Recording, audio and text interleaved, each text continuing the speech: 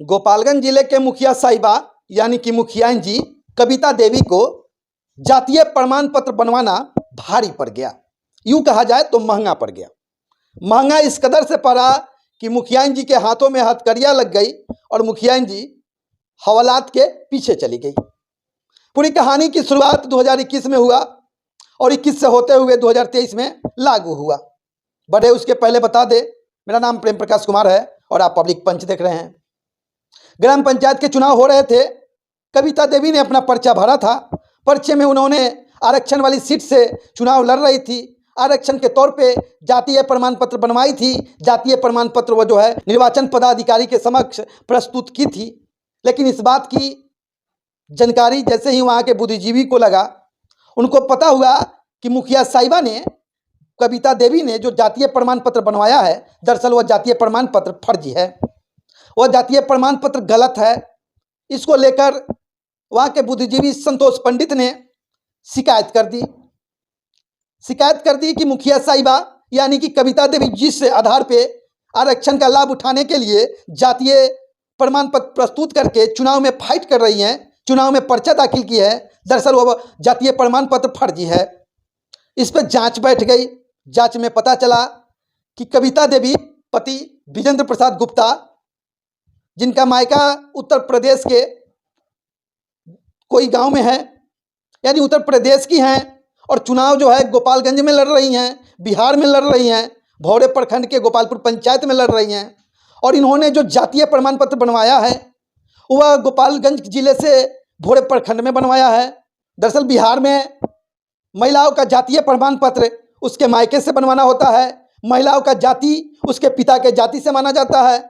लेकिन यहाँ पे कविता देवी ने गलती कर दी, मुखिया जी ने गलती कर दी। उन्होंने क्या किया कि भौरे अंचल से अपना जाति प्रमाण पत्र बनवा लिया और चुनाव में आरक्षण का लाभ लेने के लिए पर्चा दाखिल कर दिया। जांच की कमेटी जब बैठी तो सब कुछ साफ हो गया, सब चीज़ दूध का दूध और पानी का पानी हो गया। वहाँ पे पता चल गया कि मुखिया जी का यानी कविता देवी का जो मायके है उत्तर प्रदेश में है और वह आरक्षण का लाभ बिहार में ले रही हैं। बिहार के गोपालगंज जिले के भौरे प्रखंड में ले रही हैं, गोपालपुर पंचायत में ले रही हैं, और गोपालपुर पंचायत आरक्षण वाली सीट थी। इसी का लाभ उठाने के लिए कविता देवी ने फर्जी तरीके से फर्जी दस्तावेज प्रस्तुत करके चुनाव में पर्चा दाखिल किया और चुनाव जीत गई। जांच की पूरी टीम तैयार थी। जातीय प्रमाण पत्र को लेकर जो जांच बैठी थी वह सही साबित हुआ। जिन्होंने जो कंप्लेन दर्ज किया था, शिकायत किया था, उनकी शिकायत सही हुई। तब क्या था, कोर्ट ने आदेश जारी कर दिया कि मुखिया साहिबा को, कविता देवी को यानी कि विजेंद्र प्रसाद गुप्ता जी के पत्नी को गिरफ्तार किया जाए। अगर वह गिरफ्तारी में भागे हों या गिरफ्तारी नहीं दे रही हों तो उनके घर पे कुर्की जब्ती किया जाए। मुखिया साहिबा का गिरफ्तारी होता है और आज हमारे पीछे जो तस्वीरें देख रहे हैं, ये तस्वीरों में जो दिख रही है महिला, या वहीं कविता देवी यानी कि मुखिया जी हैं, जिन्होंने फर्जी तरीके से गलत दस्तावेज प्रस्तुत करके गलत जगह से अपना जाति प्रमाण पत्र बनाकर आरक्षण वाली सीट पर चुनाव लड़के मुखिया बन गई और मुखिया बनकर पूरा फायदा उठा रही थी। लेकिन बिहार में एक कहावत है कि कानून का हाथ जो है बहुत लंबा होता है।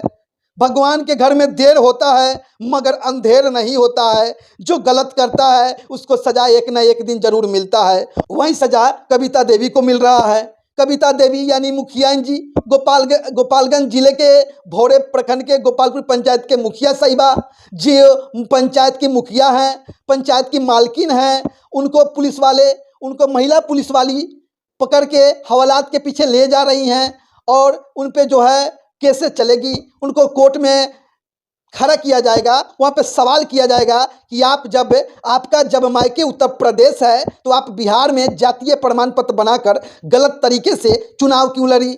आखिर जब आपने शुरुआत में ही गलत फर्जी करना शुरू कर दिया, अपना प्रमाण पत्र, अपना जात बताने के लिए फर्जी करना शुरू कर दिया, तो क्या आप 5 सालों में किस प्रकार से पंचायत को लेकर जाएंगी?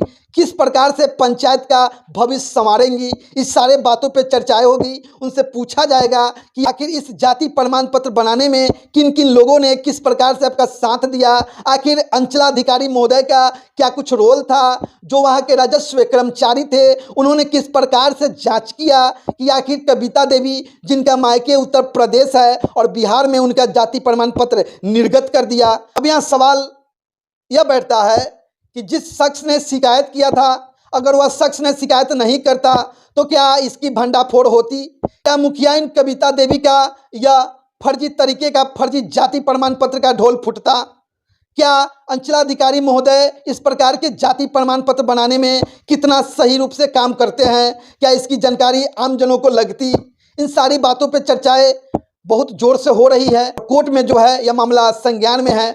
मुखिया जी वर्तमान में जो है हवालात के पीछे हैं, हाथों में हथकड़ियाँ लग चुकी हैं और हमें लगता है कि अब मुखिया जी का जो मुखिया का पद है वो छीन जाएगा, क्योंकि बिहार में जो जाति का आरक्षण मिलता है बिहार के लोगों के लिए है, बिहार के महिलाओं के लिए है, न कि दूसरे राज्य के महिलाओं के लिए है। इन्होंने गलती किया कि उत्तर प्रदेश के जातीय प्रमाण पत्र बनवाना चाहिए था, लेकिन इनको पता था कि उत्तर प्रदेश में जाति प्रमाण पत्र बनवाएंगे तो बिहार में वह जाति प्रमाण पत्र वैध नहीं माना जाएगा, हमको उस आरक्षण का लाभ नहीं मिलेगा। इसलिए कविता देवी ने पूरी कहानी रचते हुए, सबको अंधेरे में रखते हुए जाति प्रमाण पत्र फर्जी तरीके से बनवाती है। 2021 में चुनाव लड़ती है और चुनाव जीत जाती है। चुनाव जीतने के बाद लगातार 2023 तक मई के महीना चल रहा है, राज करती है, लेकिन जब इसकी भंडाफोड़ होती है तो सच को ज़्यादा दिन तक दबाया नहीं जा सकता है। वह कहानी यहाँ पे लागू हो जाती है और मुखियाइन कविता देवी के हाथों में हथकड़ी लग जाती है और मुखियाइन हवालात के पीछे चल जाती है।